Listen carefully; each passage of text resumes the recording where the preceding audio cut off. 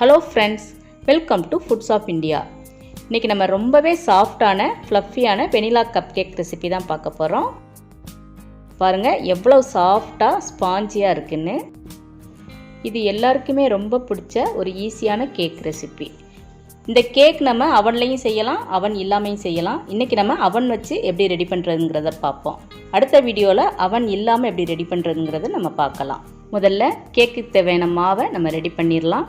ஒரு ஸ்ட்ரெயினரில் 1 கப் மைதா மாவு, 1 teaspoon baking powder, அரை டீஸ்பூன் பேக்கிங் சோடா, 1/4 டீஸ்பூன் உப்பு, இது எல்லாம் போட்டு நல்லா சலிச்சு எடுத்துப்போம்.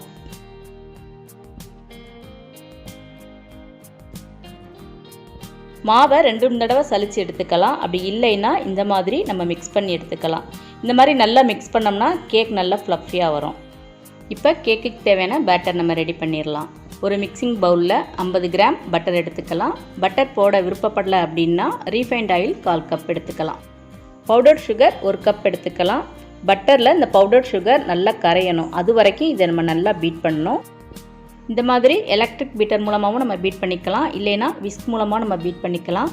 விஸ்க் மூலமாக பீட் பண்ணோம்னா நேரம் கொஞ்சம் கூடுதலாகும், இதில் நேரம் கொஞ்சம் குறைவாகும், அவ்வளோதான் வித்தியாசம். 1 நிமிஷம் லோவில் வச்சு பீட் பண்ணி அதுக்கப்புறம் நம்ம ஹையில் வச்சு பீட் பண்ணணும்.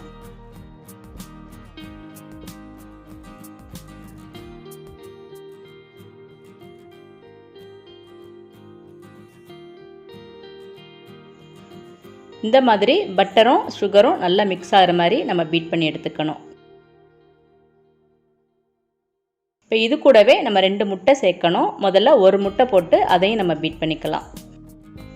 முட்டை போட விருப்பப்படலை அப்படின்னா அதுக்கு பதிலாக நம்ம 1/4 கப் தயிர் சேர்த்துக்கலாம். அப்படி இல்லைன்னா 1/4 கப் கண்டென்ஸ்டு மில்க் இருந்தால் அது கூட நம்ம சேர்த்துக்கலாம். இன்னொரு முட்டையும் நம்ம சேர்த்துடலாம். இப்போ முட்டையும் நல்லா பீட் பண்ணியாச்சு. இப்போ நம்ம சலிச்சு எடுத்து வச்சுருக்க மாவை கொஞ்சம் கொஞ்சமாக இதில் போட்டு ஒரு ஸ்பாச்சுலா மூலமாக ஃபோல்டிங் மெத்தடில் இந்த மாதிரி நம்ம மிக்ஸ் பண்ணிக்கணும்.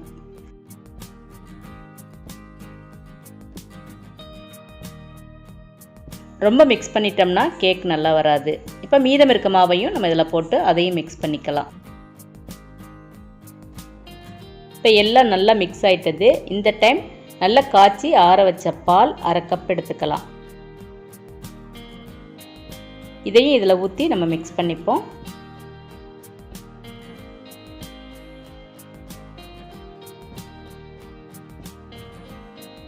இது கூடவே 1 டீஸ்பூன் வெனிலா எசன்ஸ் சேர்த்துக்கலாம்.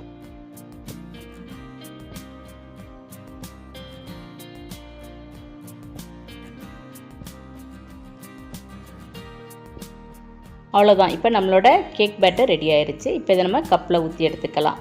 கப் மோல்டு இருந்தால் அதில் நம்ம பேப்பர் கப் வச்சு இந்த கேக் ரெடி பண்ணிக்கலாம். அப்படி இல்லைன்னா இந்த மாதிரி ஜெல்லி மோல்டு இருக்கும், இதில் நம்ம பேப்பர் கப்பை வச்சு அதில் நம்ம கேக் பேட்டரை ஊற்றிக்கலாம். ஒரு கரண்டி அல்லது ஐஸ்கிரீம் ஸ்கூப் மூலமாக நம்ம மாவை இதில் பாதி அளவு ஊற்றிக்கணும், ஃபுல்லாக ஊற்றிடக்கூடாது.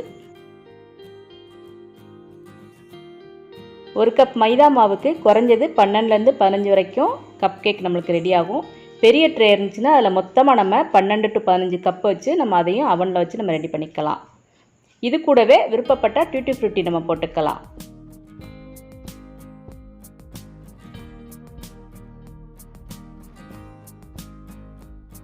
இந்த மாதிரி சாக்கோ சிப்ஸ் இருந்தால் கூட அதையும் நம்ம போட்டுக்கலாம். இது போடாமையும் நம்ம இந்த கப் கேக் ரெடி பண்ணலாம். இப்போ எல்லாம் ரெடி ஆயிடுச்சு. இப்போ நம்ம இதை அவனில் வச்சிடலாம். முதல்ல அவனை நம்ம ப்ரீ ஹீட் பண்ணிக்கணும்.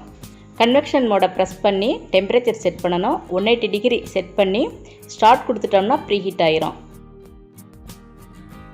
ப்ரீ ஹீட் ஆன உடனே ஒரு பீப் சவுண்ட் வரும். உடனே நம்ம அவனை ஓப்பன் பண்ணி நம்ம ரெடி பண்ணி வச்சுருக்க கேக் பேட்டரை உள்ளே வச்சுக்கலாம். இப்போ அவனை க்ளோஸ் பண்ணி டைமிங் செட் பண்ணணும். அதே 180 டிகிரியில் 20 மினிட்ஸ் டைம் செட் பண்ணி ஸ்டார்ட் பட்டன் கொடுத்துடணும்.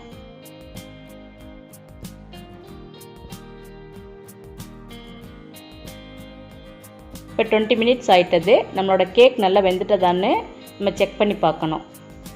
இந்த மாதிரி ஒரு ஸ்டிக் மூலமாக நம்ம குத்தி பார்த்தோம்னா மாவு ஒட்டாமல் வந்துச்சுன்னா நம்மளோட கேக் ரெடி ஆகிட்டதுன்னு அர்த்தம்.